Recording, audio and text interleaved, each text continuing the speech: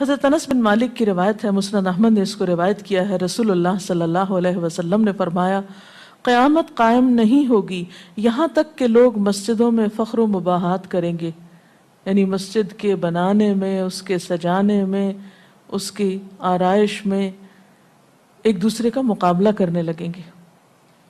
ایک اور حدیث میں آتا ہے کہ قیامت کی علامات میں سے ہے کہ لوگ مسجدوں کو سجایا کریں گے، یعنی اللہ تعالیٰ کو نماز پڑھ کے خوش کرنے کی بجائے مسجد بنا کے سجا کے خوش کرنے کی کوشش ہوگی۔ حضرت ابو الدرداء سے روایت ہے کہ جب تم لوگ مسجدوں کو سجانے لگو، قرآن کو مزین کرنے لگو تو تمہاری بربادی ہے، کیونکہ قرآن پاک پڑھنے کے لیے آئے، محض سجانے کے لیے نہیں۔ آج آپ دیکھیں کہ بسا اوقات ہم اسے پڑھتے کم ہیں، سمجھتے کم ہیں، اس کے مطابق زندگی نہیں بسر کرتے، لیکن خوبصورت انداز میں سنہری الفاظ میں لکھوا کر گھروں میں سجا دیتے ہیں۔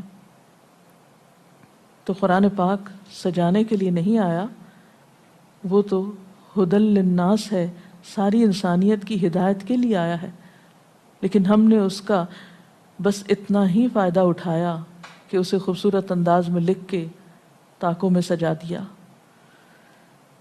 اسی طرح ایک اور نشانی کہ انسان حلال حرام کی پرواہ نہیں کرے گا۔ رسول اللہ صلی اللہ علیہ وسلم نے فرمایا، صحیح بخاری کی روایت ہے، لوگوں پہ ایسا وقت ضرور آنے والا ہے کہ آدمی اس بات کی بالکل فکر نہیں کرے گا کہ جو مال اس نے حاصل کیا ہے وہ حلال ہے یا حرام ہے، یعنی کس ذریعے سے حاصل کیا ہے۔ ایک اور حدیث میں آتا ہے کہ قیامت سے پہلے سود پھیل جائے گا۔ ایک اور روایت میں آتا ہے کہ ہر شخص تک اس کا کچھ نہ کچھ غبار پہنچے گا، یعنی کچھ لوگ تو براہ راست اس میں انوالو ہوں گے اور کچھ لوگ انڈائریکٹلی اس سے متاثر ہوں گے۔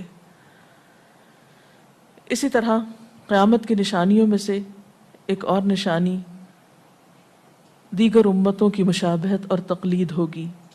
حضرت ابو سعید رضی اللہ تعالیٰ عنہ سے روایت ہے، رسول اللہ صلی اللہ علیہ وسلم نے فرمایا، تم اپنی سابقہ امتوں کی ایک ایک بالشت اور ایک ایک گز میں اتباع کرو گے، یعنی چھوٹے سے چھوٹے معاملے میں اور بڑے سے بڑے معاملے میں ان کی پیروی کرو گے، حتیٰ کہ اگر وہ کسی سانڈے کے سوراخ میں داخل ہوئے ہوں گے، یعنی گوہ کے سوراخ میں، تو تم بھی ان کی پیروی کرو گے، اس سوراخ میں بھی گھسو گے۔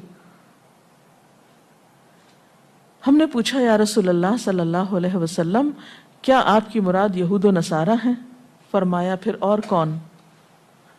اور آج ہم مسلمان دیکھ سکتے ہیں کہ ہم کس کی پیروی کر رہے ہیں، کتاب اللہ اور سنت رسول اللہ صلی اللہ علیہ وسلم کی یا کسی اور کی۔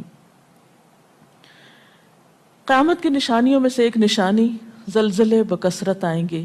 حضرت ام سلمہ سے روایت ہے، مسند احمد میں یہ روایت آتی ہے، رسول اللہ صلی اللہ علیہ وسلم نے فرمایا، قیامت سے پہلے موت کی سخت وبا پھیلے گی، پھر زلزلوں والے سال آئیں گے۔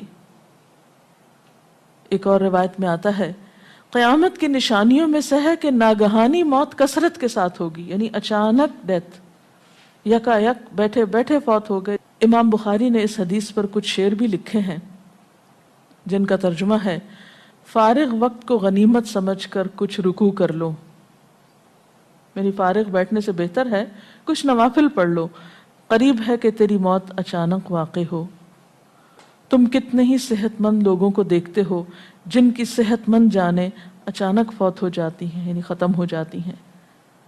حافظ ابن حجر عسقلانی جنہوں نے بخاری کی شرح لکھی ہے فتح الباری، وہ کہتے ہیں یہ عجیب اتفاق ہے کہ امام بخاری خود بھی اسی طرح اچانک فوت ہوئے تھے، یعنی اچانک موت جو ہے وہ کسی پر بھی آ سکتی ہے، کوئی نیک ہو یا بد ہو۔ ہم یہ نہیں کہہ سکتے کہ ہم بہت نیک ہیں یا ہم بڑے اچھے کام کرتے ہیں تو ہمارے ساتھ یہ معاملہ نہیں ہو سکتا، یہ کسی کے ساتھ بھی ہو سکتا ہے۔ اس لیے جو وقت آج ہمیں حاصل ہے، جو لمحات آج ہمیں ملے ہیں، ان کو غنیمت سمجھیں اور نیکی کے کام میں پیچھے نہ رہیں۔